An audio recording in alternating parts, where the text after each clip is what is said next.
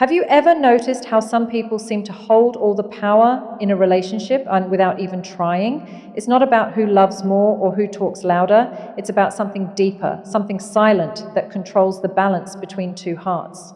Let's talk about who truly holds the power and why it's never who you think it is. Number one, the one who needs less leads more. In every relationship, the balance of power quietly shifts toward the one who needs less. It doesn't matter how much love, attraction, or chemistry exists. The moment one person becomes emotionally dependent, they lose the ability to lead the dynamic. The one who remains grounded, who doesn't crumble when the other pulls away, becomes the emotional anchor. You see, when someone isn't ruled by fear of losing the relationship, they start making decisions from a place of self-respect rather than desperation. They can say no when something doesn't feel right. They can maintain silence instead of begging for validation. And they can give love without expecting it to fill a void inside them. That calm independence isn't arrogance, it's emotional control, and emotional control always determines who leads. Needing less doesn't mean you care less. It means your sense of self doesn't depend on the other person's attention. You love them, you enjoy their presence, but you don't build your worth around whether they text you, validate you, or stay with you. The person who needs less is never chasing emotional survival through another human being. They already have their own internal source of peace, purpose, and fulfillment. That's what makes them magnetic. People can sense when you're not desperate for their love, when you can stand on your own 2 feet even if they walk away. That confidence creates mystery and respect because in relationships, uncertainty fuels attraction. When someone feels you could walk away and still be fine, they value your presence more. On the other hand, the one who needs more often starts to lose themselves without realizing it. They overthink every small reaction, chase constant reassurance, and give endlessly just to keep the connection alive. Their actions come from fear, not strength. They start negotiating their worth in the hope of being chosen, forgetting that real love doesn't grow through begging. It grows through mutual respect. The more one person clings, the more the other unconsciously pulls away. It's a silent imbalance that eventually shifts the emotional control entirely to the person who's least afraid of losing it. That's why, in the long run, the person who can stay emotionally centered, even in uncertainty, leads the direction of the relationship. When you need less, you don't try to manipulate, you don't play games, and you don't panic when things don't go your way. You hold your ground and let the other person see your value through your composure. Emotional independence becomes your quiet authority. You stop proving your worth because your actions already speak for it. You understand that needing less doesn't make you cold, it makes you strong enough to love without losing yourself in the process. Relationships work best when both people come from this place of fullness, but if one loses it, the power instantly shifts to the one who still has it. The one who needs less leads more. Number two, the one who controls the emotional climate. In every relationship, there's always one person who sets the emotional tone, whether they realize it or not. This person controls the emotional climate, how calm or chaotic things feel between two people. It's not about dominance or manipulation, it's about emotional discipline. When conflict happens, when misunderstandings rise, when silence feels heavy, the one who can stay composed holds the real power. They don't let their emotions hijack their words. They don't react to every mood swing or emotional outburst. Instead, they respond with clarity, patience, and calm. That calmness becomes the anchor that stabilizes the relationship, because emotions are contagious. When one person loses control, the other often mirrors it. But when one person stays centered, even in the middle of emotional storms, they unconsciously teach the other how to meet them at that level. The one who controls the emotional climate isn't necessarily the quieter one, they're the more self-aware one. They notice their triggers, understand their emotions, and don't let temporary feelings create permanent damage. They know how to pause before speaking, how to listen before defending, and how to detach before reacting. That emotional restraint doesn't make them weak, it makes them powerful. In every argument, someone will always lead emotionally, either by escalating it or de-escalating it. And the person who can de-escalate without suppressing their truth is the one who actually guides the direction of the relationship. Their ability to remain calm makes the other person feel safe, and safety builds trust. Trust then deepens connection, and connection creates influence. That's how emotional stability turns into real power. People often mistake emotional control for coldness, but it's the opposite.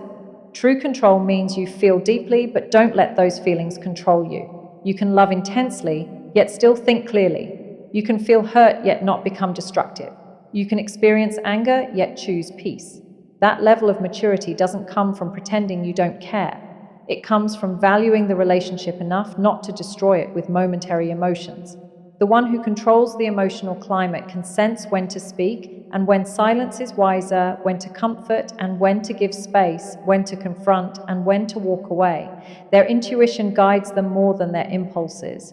They don't chase control over the other person, they maintain control over themselves, and that self-mastery naturally earns respect. When you can control the emotional climate, you stop being a prisoner of the other person's moods. You don't react to every withdrawal, every harsh word, or every inconsistency. You observe, you understand, and you choose your response from strength instead of insecurity. That energy disarms the other person because it removes the power of emotional manipulation. You stop playing the game of emotional highs and lows. Instead, you create an environment of emotional safety that draws the other person closer. The one who can remain grounded while everything else feels unstable becomes the emotional leader of the relationship, and whether the other person admits it or not, they follow that energy. Number 3, the one who can walk away truly can stay. The one who can walk away holds a kind of strength that can't be faked or forced. It's the power that comes from knowing your peace doesn't depend on another person's presence. When you have the ability to walk away from anything that disrespects you, devalues you, or drains you, you stop living from fear and start living from self-worth. In relationships, the person who can walk away without turning it into a performance, quietly, calmly, without threats or emotional scenes, has already shifted the balance of power. That detachment doesn't mean they don't care. It means they care about themselves enough not to stay where love becomes pain. People sense when you're not afraid to lose them. It changes how they treat you. It commands respect because it shows you're choosing them, not depending on them. Most people stay not because they're happy, but because they're afraid of being alone. They confuse attachment with love and endurance with loyalty. But the truth is, when you can't leave, you've already given your power away. You've told the other person that no matter what happens, no matter how poorly you're treated, you'll stay. And once that becomes clear, boundaries blur, respect fades, and emotional manipulation begins. The one who can walk away never reaches that point. They understand that distance isn't always rejection. Sometimes it's self-protection. When you can walk away, you create space for the other person to reflect, to miss your energy, to realize your value. It's that space that often reignites appreciation, because absence reminds people of what they took for granted. Walking away doesn't always mean ending the relationship. Sometimes it means stepping back emotionally. It means no longer chasing validation, no longer forcing connection, no longer begging to be seen. It's when you stop trying to make them love you and start loving yourself enough to stop fighting for what's one-sided. That silence, that withdrawal, speaks louder than any confrontation ever could. It tells the other person, I'm not competing for a place that's already mine. It's not about ego, it's about dignity. And when you act from that place, your energy changes. You stop pleading, you stop over-explaining, and you stop needing closure to move forward. That quiet strength becomes magnetic because people are drawn to those who value themselves enough to walk away from anything that costs their peace. The irony is, the one who can walk away is usually the one who never has to. Because when you have that strength, you don't act out of fear. You don't suffocate the other person with insecurity. You don't create emotional chaos. You love freely. You give genuinely, but you stay grounded in your worth. That energy creates stability, not pressure. It allows the relationship to breathe, to grow, to evolve naturally. The person who can walk away isn't heartless. They're whole. They don't stay out of need, they stay out of choice. And that's why, in most cases, they're the ones who are never truly left. Number 4, the one who invests selectively, not desperately. The one who invests selectively, not desperately, understands that love is meant to be shared, not sacrificed. In every relationship, the person who gives without boundaries eventually loses their sense of balance. They pour too much, expect too little, and confuse overgiving with loyalty. But real strength lies in knowing when to give and when to step back. The one who invests selectively doesn't withhold affection. They simply match energy. They pay attention to effort, to consistency, to how the other person shows up. They don't chase potential. They respond to reality. When they see genuine effort, they nurture it. When they sense indifference, they stop overextending. Their love isn't a test, but it's not a charity either. This balanced investment keeps the relationship alive because it creates mutual responsibility instead of one-sided exhaustion. People often think giving more will make them more loved, but it doesn't work that way. When one person keeps giving beyond reason, the dynamic turns uneven. The receiver gets comfortable, the giver becomes drained, and the energy starts to feel forced. Desperation doesn't attract love, it repels it. The one who invests selectively understands that effort loses value when it's not appreciated. They protect their time, their energy, and their emotional space because they know these are their most valuable currencies. They give deeply, but not endlessly. They love sincerely, but not blindly. And because of that, their presence carries weight. When they give, it means something. When they stay, it feels intentional. The person who receives their energy feels the difference. They know it's earned, not owed. Investing selectively also means knowing that love alone isn't enough. Chemistry, attraction, and care can't sustain something if there's no emotional reciprocity. The selective investor understands this truth.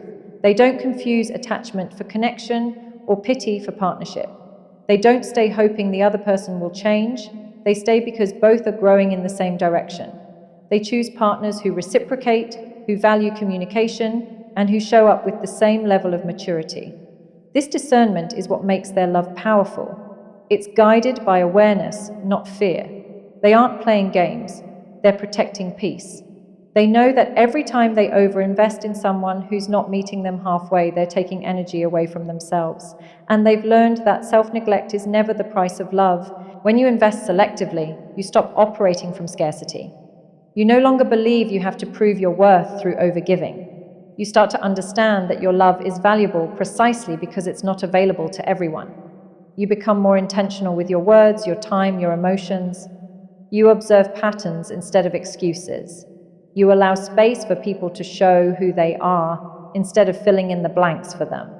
That calm confidence changes how others treat you because they realize your energy isn't guaranteed.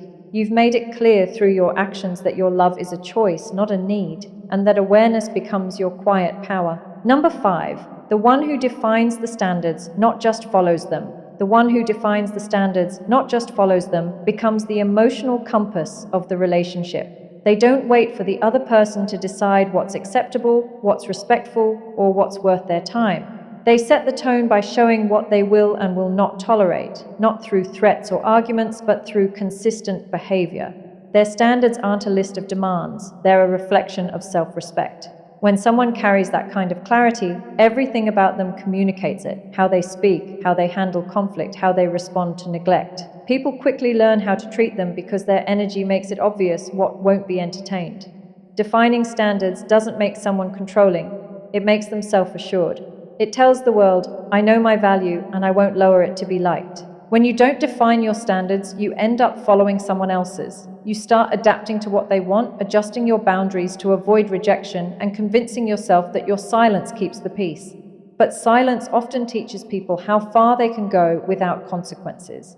The one who defines the standards understands this. They don't confuse love with tolerance. They can love deeply, yet still walk away when those values are violated. That strength earns more respect than constant compromise ever will. They communicate clearly, they express their needs, and they don't apologize for expecting basic decency. Their calm certainty often intimidates those who rely on emotional chaos to feel powerful. But to those who are emotionally mature, that same energy feels grounding and safe because it creates direction, not disorder. Defining standards also protects emotional balance. It ensures that both partners know where the line is between love and self-betrayal. The one who defines the standards doesn't play games to get respect, they model it. They understand that people don't listen to what you say, they watch what you allow. Every time you forgive something that disrespected you without change, you reset your own worth in their eyes. Every time you speak up calmly and follow through, you raise it again. This quiet consistency shapes the relationship more than any emotional reaction could. It's not about trying to control the other person's behavior. It's about controlling access to your energy. When your standards are clear, people either rise to meet them or they leave. Both outcomes serve you.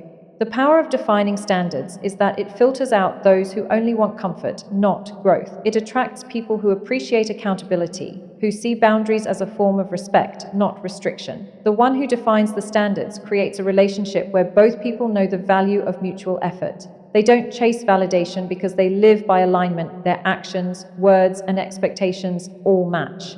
That kind of authenticity sets the emotional temperature of the connection. It shows that love without standards becomes dependency, and standards without love become pride.